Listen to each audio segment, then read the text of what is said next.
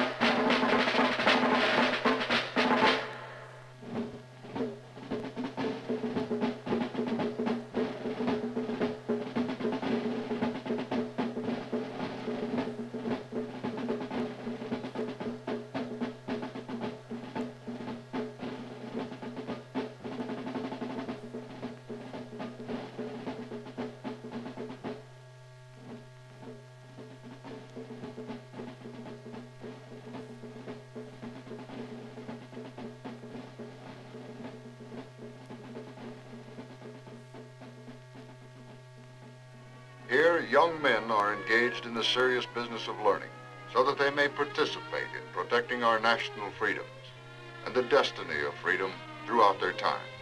Here they live and study under the disciplines of a practical military environment, enhanced by a self-imposed cadet code of honor. Here their responsibility is to grow, to learn, to nourish their minds, to build those qualities of character and leadership that will contribute to a lifetime of service to the nation. This is the story of high-caliber boys growing into high-caliber men.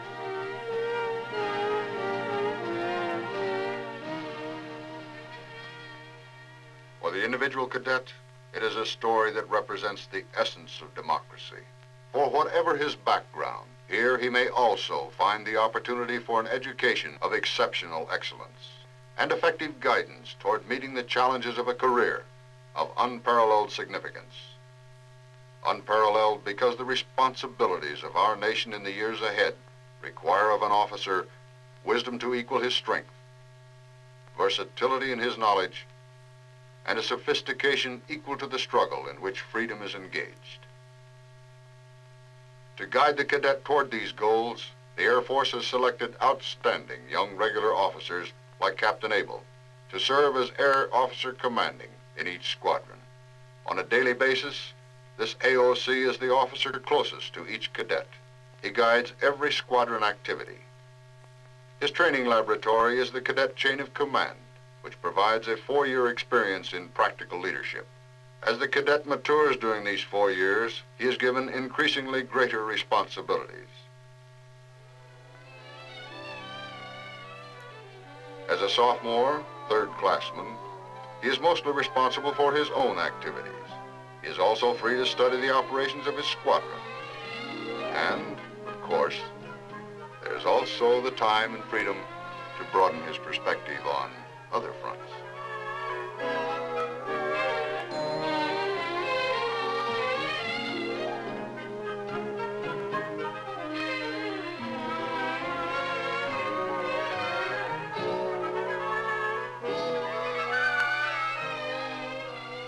The second-classmen, or juniors, begin to sprout insignia of rank and to carry the responsibilities of non-commissioned officers.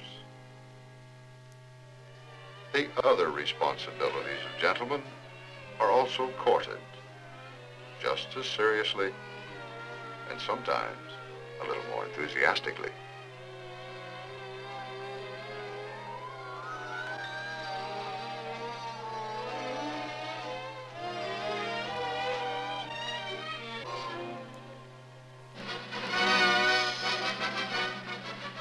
As first-classman, command and staff responsibility is his in the full meaning of the word.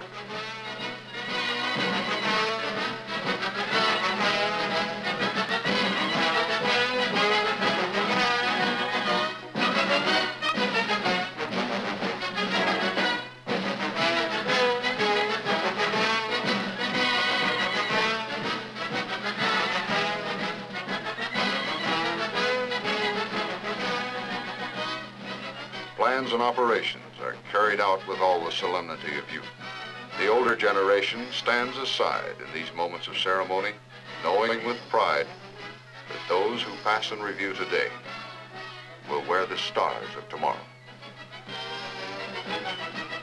And when that day arrives, the final homage is irreverently given in good, clean fun to those who are about to graduate.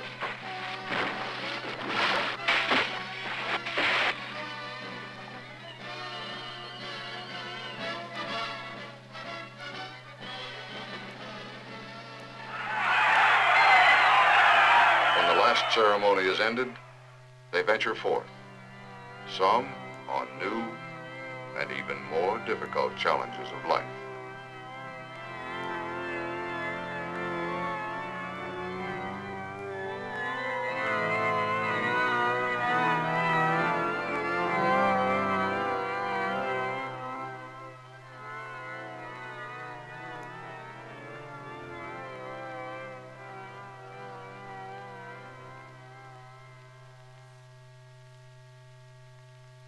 The ability to solve problems is one of the important traits of the educated man. A case in point was this group of upperclassmen. As such, they were responsible for the military training of the doolies, or fourth-classmen, under their command. Because they took this responsibility seriously, they became concerned when the doolies seemed to know so little about the opportunities ahead in Air Force careers. They discussed this practical problem with their AOC and launched an operation to measure the interests and knowledge of the doolies more accurately, which became an opportunity for a practical exercise in leadership. The AOC recommended that they enlist the aid of the Cadet Counseling Office, the focal point of career information. There they found the skills needed to help them perfect their measuring tool, a questionnaire. The results justified their initial enthusiasm. They found the doolies did have high interest in learning more about Air Force careers. Step 2 was to get that information for the doolies. Again, the AOC and cadet counselor had a plentiful supply of good, authoritative reference material, but something was lacking. And so, personal experiences were solicited from Academy graduates now on duty in the Air Force. They were asked to share their career experiences and recommendations with the upcoming class. The replies were rewarding and were promptly shared with the fourth class. The one I'd like to report to you on was Group Commander of 3rd Group, his final year at the Academy. Cadet Lieutenant Colonel Richard L. Class was outstanding in his academic endeavors as well as his military endeavors. He was appointed to the Superintendent's Merit List all 4 years he was here at the Academy. This is quite a record to match if you'd care to. Following graduation, Lieutenant Class received pilot training. He now flies out of the Upper Hayford Air Base in England, where he is a Rhodes Scholar. Cheers. Cheers, Sam. An Air Force career is as demanding as it is worthwhile. This is a rapidly changing world, and the Air Force is changing with it. The Academy taught us to accept this kind of a challenge. The faculty expected us to do a little bit better than our best, rather than just get by.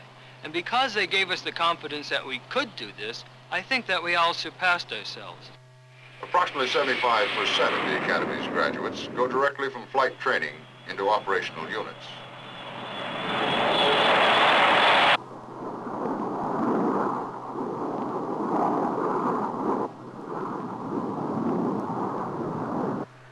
A pilot who has become an instructor pilot himself reported.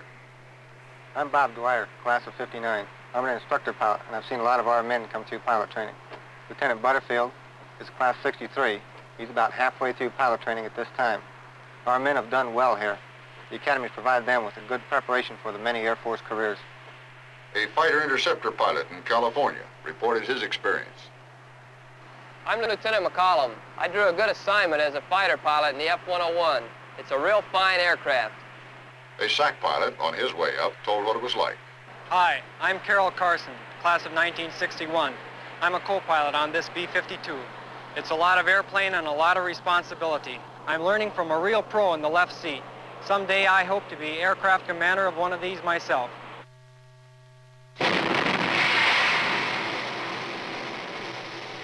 As the Air Force moves further into its missile and space missions, a limited number of Academy graduates are required to have graduate training in specialized areas. A research project officer in New Mexico told of the challenges he faces. Brock Strom's the name. I graduated in the Academy's first class in 1959. You might say I was in on the ground floor. Now I'm in on the ground floor of something else, space.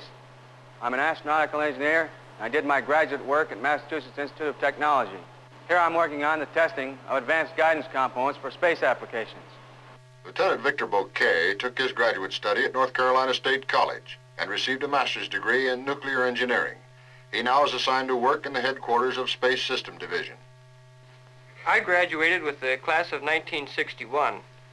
Experiences on this assignment have helped me to realize how important education is in keeping abreast of the rapid rate of development in today's Air Force. In particular, my practical experience, strengthened with advanced learning, has been very useful in my work related to nuclear weapons effects in space.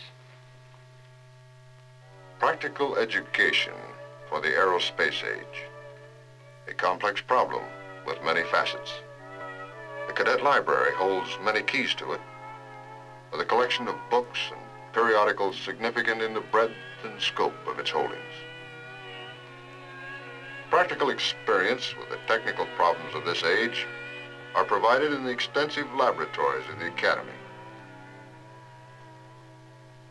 Modern technology forces a search for methods of accelerating effective learning. Accelerated learning, as an integral part of the environment, also produces increased motivation through the pride created by being a part of an outfit that has its sights set so high. Here then is the keynote, the pattern for the future, a program of military academic education carried out in the determination to help each cadet achieve his best. The transition between high school, where a good student stands out easily, and the rigorously stimulating atmosphere of the Academy is a difficult adjustment, even for the select group here. For many are still adolescents with all the usual growing pains. A cadet can't run into too many difficulties with his studies, however, before someone becomes interested. If it's a matter of some coaching, there's someone in the squadron more than willing to help. If extra instruction is needed, it's available too. Sometimes it's a matter of learning better methods of study from an old hand at the game. Someone who has been through the grind and knows just how rough it is. And sometimes there are other things which keep a cadet from doing his best. Things like worry over the girl he left at home, or whether he will make it to graduation, or what will Mom and Dad think if he doesn't stand as high in the class here as he did in high school. Professionally trained and sensitive officers, alert to these common aggravations of growing up, can frequently provide the needed perspective for the cadet to find the solution to his own problem. An open door, an experienced friend, and a chance to talk over the problem. How often we all need the opportunity. And then there are the inevitable moments of deep concern for moral and spiritual problems, when the cadet seeks out one of his chaplains. Here, amid the lofty promise of the cadet chapel, talking the situation over with one who understands, a cadet can frequently see his life in perspective and grow another step toward responsible maturity.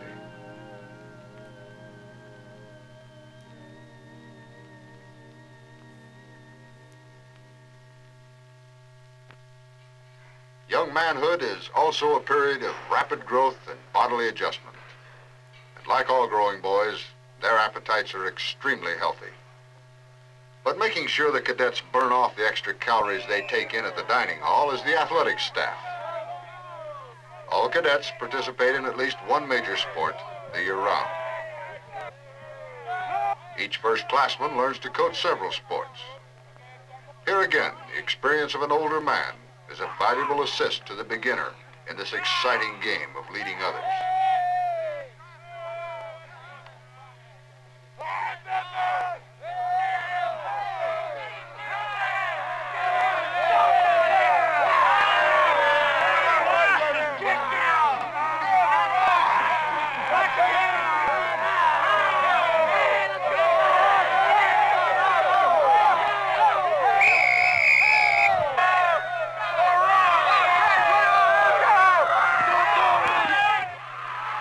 kind of cadet participation, it's small wonder that the Academy fields so many winning teams in major competition.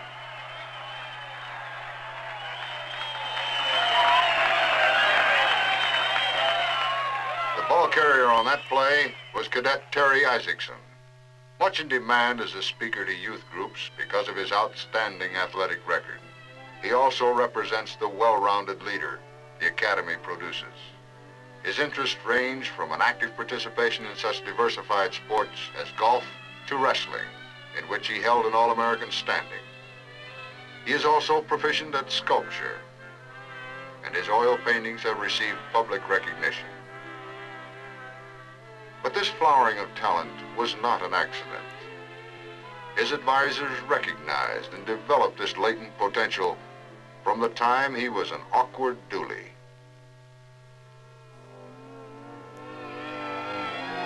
The word awkward really doesn't describe it, Terry. You were nothing. Boy, you're not a kidding. We were all pretty sharp types in our hometowns, and we'd won our appointments over some pretty stiff competition. But when we got here, they really began to lay it on. That's me there 4 years ago, feeling just about as awkward as they come. Boy, that first summer, that was one of the toughest experiences I ever had. That log seemed like it weighed a ton. I thought I had come here to go off into the wild blue yonder instead of crawling in the mud. I must have felt like quitting every day, but I didn't. Because whenever I got to that point, I found out that those upperclassmen who were pouring it on were really pulling for me, too.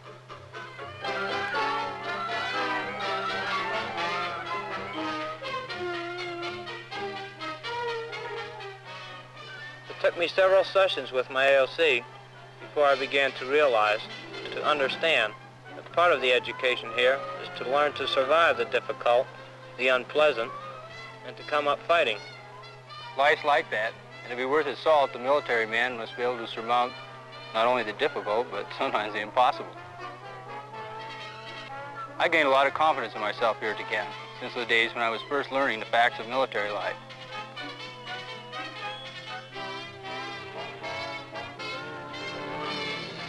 I've learned a lot of other things too, but most important, I guess, is learning to solve my own problems. Many people here have helped me to understand how that's done. And sometimes the faculty does its best teaching in the living example it can set for the cadets in the informal family atmosphere. Not too surprisingly, in this classroom, it is frequently the wife and kids who occupy center stage. This interest in the growth and education of the cadets requires the total and continuing attention of the entire academic community. For the challenge of service in the years ahead will require officers possessing a broad range of experiences and abilities. And cadets are interested in these challenges, as shown in their questions to a senior Air Force officer. Sir, I'd like to know, having been a former test pilot yourself, what type of test pilot would be the best in the Air Force today? Would it be the old flying scarf type, or would it be the engineering type? Well, I think it's sort of a combination of the two. The old scarf in the wind doesn't hurt anything. In other words, the tiger still is an important ingredient, you know, but our test pilots today are all inclined toward engineering. I mean, they're students. If you take Major White, for example. Here's a man who's an ideal test pilot. He has a master's degree. He's a fine student, but he still has some of that scarf in the wind makeup in him too. This is the pattern we've chosen for nurturing the future leaders of the Air Force. It is a pattern of interest and concern. Interest on the part of experienced officers in the development of these fine young men, and a concern for their destiny in a world of uncertain tomorrows. And there is interest on the part of the cadets in the wisdom and experience of the older men, and a concern for those principles that have challenged them to commit their lives to the service of their country.